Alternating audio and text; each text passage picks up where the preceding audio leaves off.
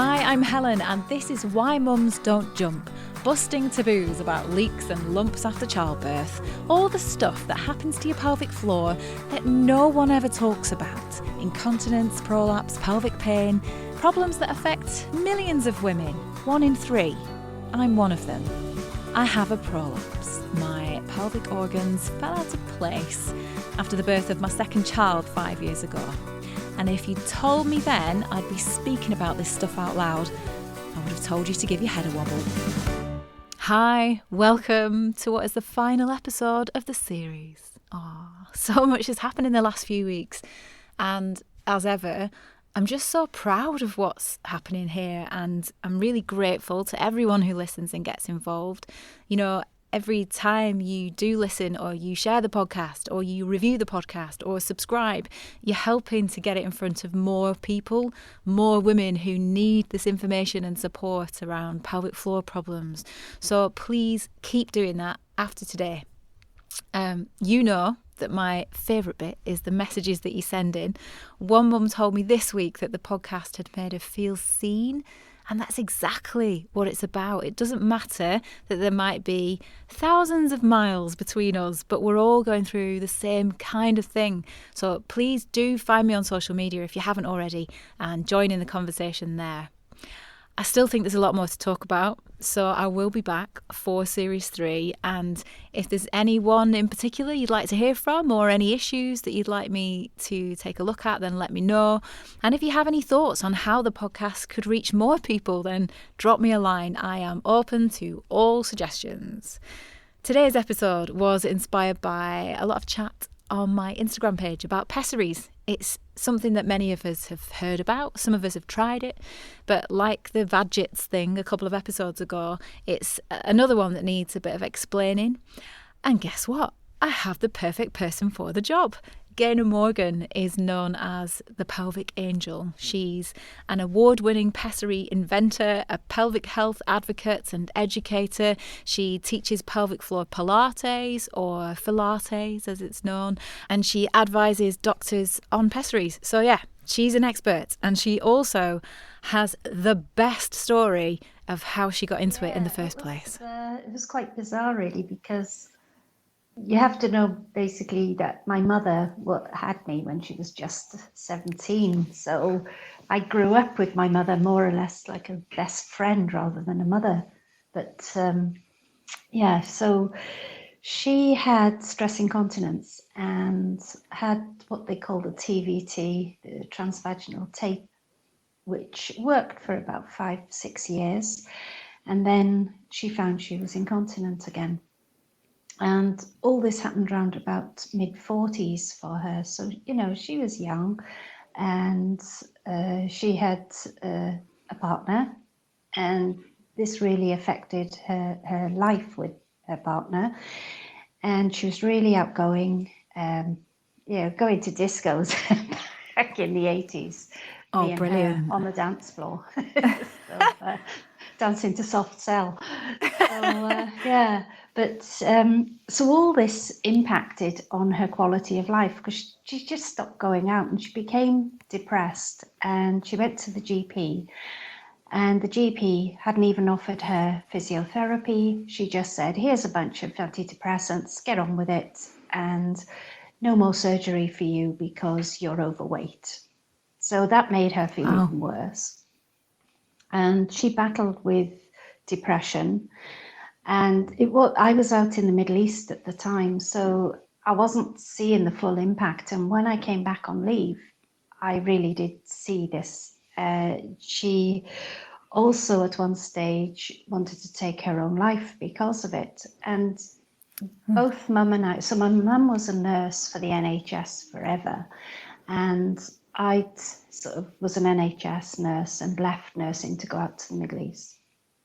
And then when my mother she'd finished her relationship because every time she was having sex, she was wetting herself and she didn't know if it was the natural lubrication of her body or as if she was actually urinating.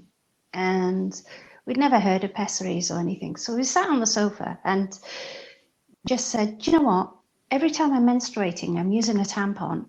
I don't leak urine. So we looked at the anatomy side of it and thought, gosh, it's that simple. This tampon is compressing against the urethra, and that is what's stopping involuntary loss of urine.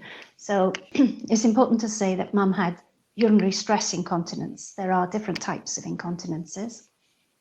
So with this tampon against the urethra, she was great.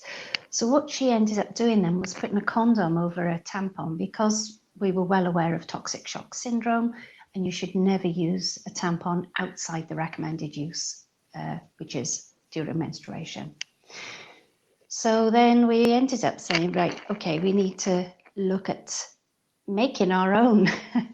We'd actually written to the tampon manufacturer saying, do you know what, if you dip this in latex, I mean, this is how naive we were, you were going to have an amazing product to stop women leaking. Well, you know, you can imagine, sort of, they must have thought we were a couple of fruitcakes. I love that you did that. And I think this is where innovators and inventors, they do dare to take that step and sort of out of their comfort zone. And if somebody laughs at them, they'll think, well, no, actually, I'm going to prove you wrong. So we had this air-dried clay, because I used to do a lot of activities with my daughter when she was young. And then we got a candle and a McDonald's straw and then a keychain, the round part of a keychain. So we immersed that into this air drying clay, and we thought, right, this is going to be our mold. So if you imagine this, then we filled that up with liquid latex, and then when it dried, it took days to dry, and when it dried, she put a condom over it. So when we took it out, it was just like a tampon with a little stem on it, and the ring was so we could retract it back out of the body. And then people were like, you know, I came from a very small village in Wales, so everybody knew if you farted in the wrong direction, you know, Mrs. Jones down the road would soon complain. And so we had women knocking on the door going, can we have one of these products, you know? And so we were quite happily making them in the kitchen, not realising that there could have been a lawsuit around the corner, because it could have caused some kind of damage to somebody. Anyway, we went to Swansea Hospital, Singleton Hospital, and Mum was under a brilliant gynecologist there. And she started talking to her gynecologist. And this gynecologist, Mrs. Morgan, I turned around, she said, actually, my husband is one of the lead urogynes in Wales. I'm going to talk to him about this invention of yours. So that's how it all started. So Mr. Emery then called my mum and said, can I have a look at this device that you're sort of handing out to patients? So we went down there and he said, yeah, I think there's something in this. The mechanism of it would certainly work. So he said, go away, do your research, get me some proper material, and we look at it seriously. So I did. And this took, I mean, we're talking over 10 years research and all this. This didn't happen overnight.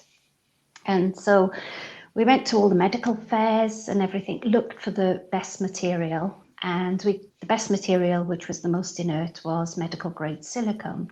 So we started then producing this in the UK. So we did the prototypes, got MHRA approval. So all the legalities were in place. And we went to clinical trial with it. And then it was a small trial, but nevertheless, we had 73%, I think, success rate, and we had 30% coming off the waiting list for surgery. So this little device, which was costing, you know, a few pounds, was giving people quality of life back. Mm-hmm. So unfortunately, Mum passed away very young, suddenly, just before the clinical trials were produced. Such a shame. She didn't get to see that. So sorry. Yeah, it was, I mean, I was devastated. And I got to be honest, I lost 2 years of my life just in oblivion. I can't even remember the 2 years after Mum died. And so I thought, you know what, I can either spiral into the wine bottle, or I can pull my finger out my backside and move forward and help as many people as I can.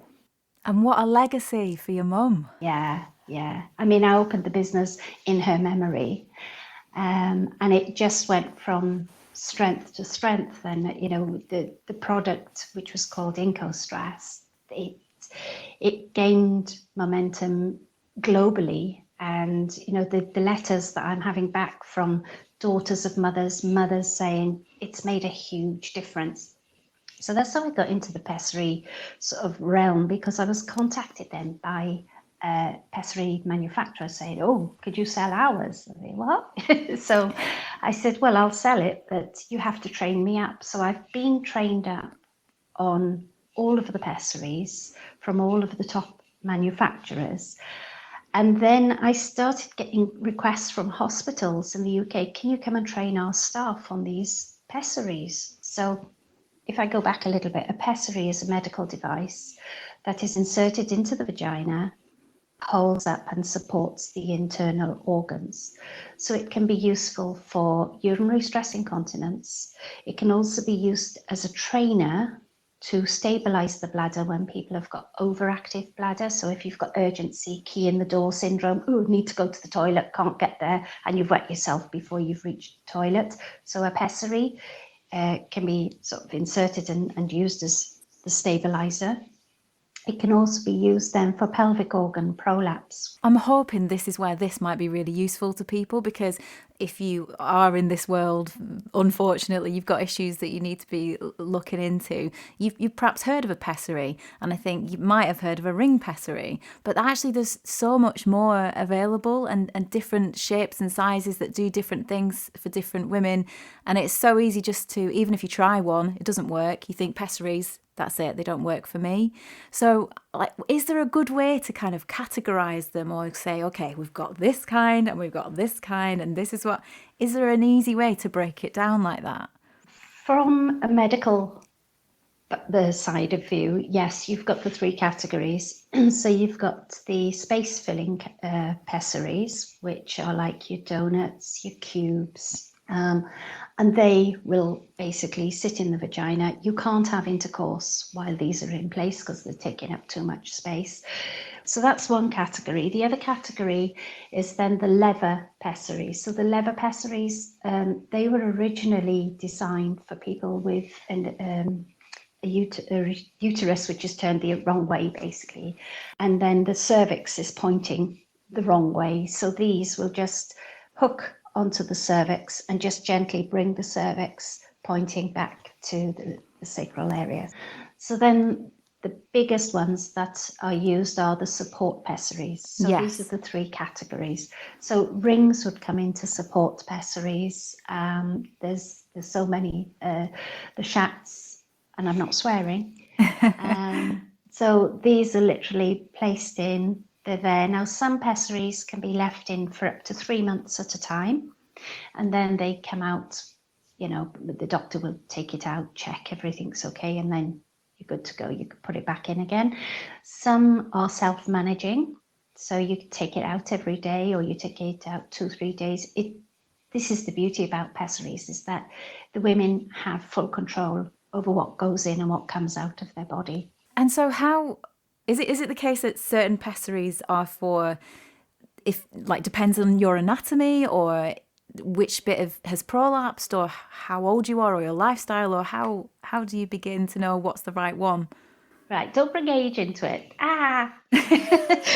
So many doctors, GPs say, oh, you're too young for a pessary. Well, there's nothing in the legislation that says, as long as you're an adult female, then, you know, you're not. The youngest lady I know, she had a 4th degree tear on childbirth, and she's been using a pessary. She was 18. So, Gosh, you know, yeah. and then people say, oh, you're too old for a pessary. No, if it can support the internal organs, there isn't a date or an age limit on there. When I do the training to the physiotherapists and the doctors, what we get them to do is get everything about their lifestyle. So the pessary marries up with what kind of prolapse they have, what grade of prolapse. So you've got a grade 1, which is hardly noticeable, but you might get a little bit of symptoms. You may be asymptomatic, or you get a grade 4 where the internal organ is literally hanging out of the vagina. So certain pessaries would be suitable for that type. Certain pessaries wouldn't. But it really is important to find out the lifestyle of the patient. The patient always comes first. And it makes me laugh because a lot of people forget that, you might be over 60, over 70, over 80, and they assume you're not having a sex life. Mm-hmm. I mean, I've got one lady, she's in her 80s, God love her, and she's still got a healthy sex life. And then she came to me and she said, my doctor's given me this pessary, I can't get it out. He's told me to keep it there. It was the donut. Keep it there and I'll see you in 3 months. But I need my sex. Yeah, good for her. Yes. So again, if you are a GP listening, please just ask the question, because you can get pessaries that these patients can insert and they can have intercourse with the pessary in situ. Mm-hmm. But if you are otherwise fit and well, apart from the prolapse or the incontinence or whatever it is, do you believe there is a pessary for everyone that can help? There are certain people that I think would not fit that, and that usually falls into patients who have had what's called an avulsion. So women who have given birth and they may have had forceps delivery or traumatic birth, what can happen is that the ligaments from the pelvic floor, the muscle that is attached to the bone, that comes off or is very very thin. So that's an avulsion. And these patients, you need some kind of integrity within the pelvic floor to keep the pessary in place. So these patients would probably find it super difficult to retain a pessary. Yeah, okay. You need a tiny bit of strength, at least a little bit of grip in some way to hold it in. Okay. But so as someone who's obviously, seen a lot of women with pessaries, what's the improvement in lives that you have seen? Like how good a fix is it, or can it be?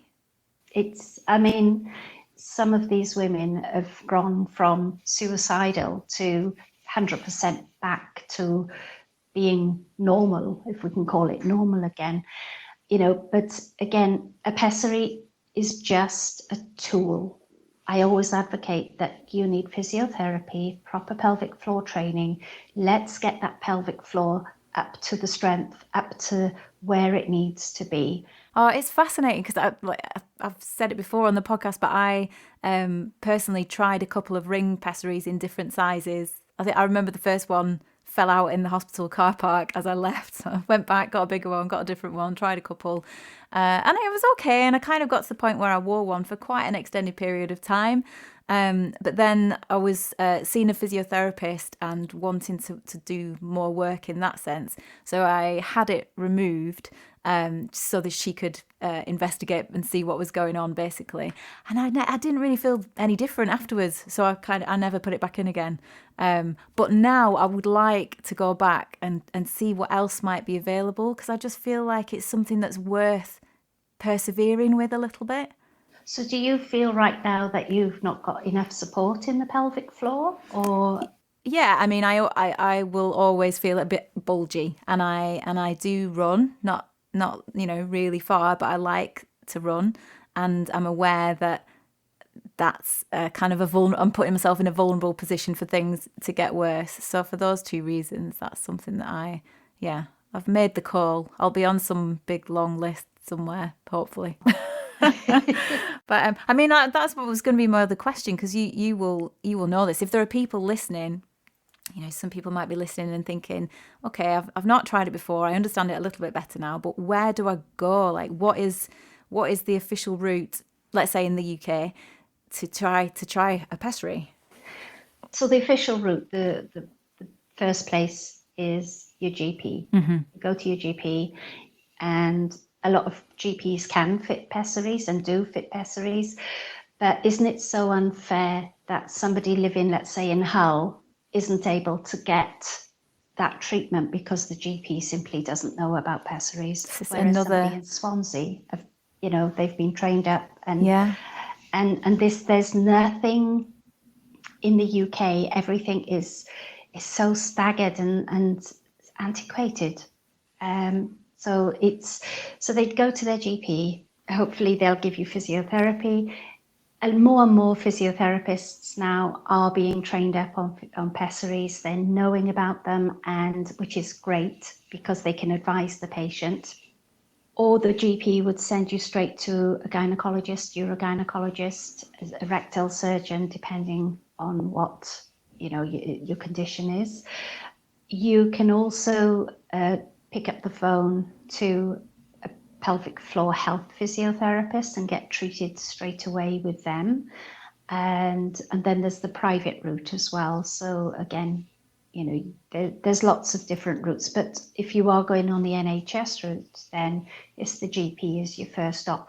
And what I'd say to women is do your homework and don't be afraid to question your GP. Don't be afraid to educate your GP, because if the GP, let's say, has never heard of a Schatz or a donut or an inflatable pessary, they're just going to give you the standard NHS rings. Does the NHS have access to the full range of pessaries? Because I know there are dozens of them, but you only ever really hear about the ring. Yeah, so on the NHS prescription, you've only got the ring, you've got the PVC ring, and you've got the silicone rings. And then you've got the Gellhorns. They're the only types that are available on prescription. The rest, then you'd have to buy. But, they're only saying only. I know that some people really struggle with finances, but 40, 50 pounds will give you a pessary for the next 10 years. So over the long sort of time of it, it's not costing you anything. The only thing that you need to be aware of is that all the pessaries come in different sizes, so they have to be measured. You have to be measured properly to be able to know what size pessary you need to get. And the routes that we've talked about, if one of those people, the GP, the physio, the specialist, the gynecologist, whoever, decides that it would be something that is not available on prescription, would they say, look, we have these available on prescription. I don't think these are right for you. Why don't you try the Cube or whatever it is, but you will have to buy it yourself? Is that a conversation that would be had? Yeah. Okay. Yeah. And I think as long as the patient's willing, and I think, again, in all fairness to doctors, they're not mind readers. So a lot of doctors may not even suggest this. So it's up to the patient, start sort of doing your research about these different pessaries. Take a picture and say, look, what about this? Do you think this will fit me? Do you think this will suit me? Most of the experience I've had, the doctors will say, well, give it a go. Let's measure you. This is the measurement that you need. Off you go and buy it yourself. Come back to me and I'll fit it for you. And then we'll see. If you have a first-time pessary user, then the doctor or the physio would fit you.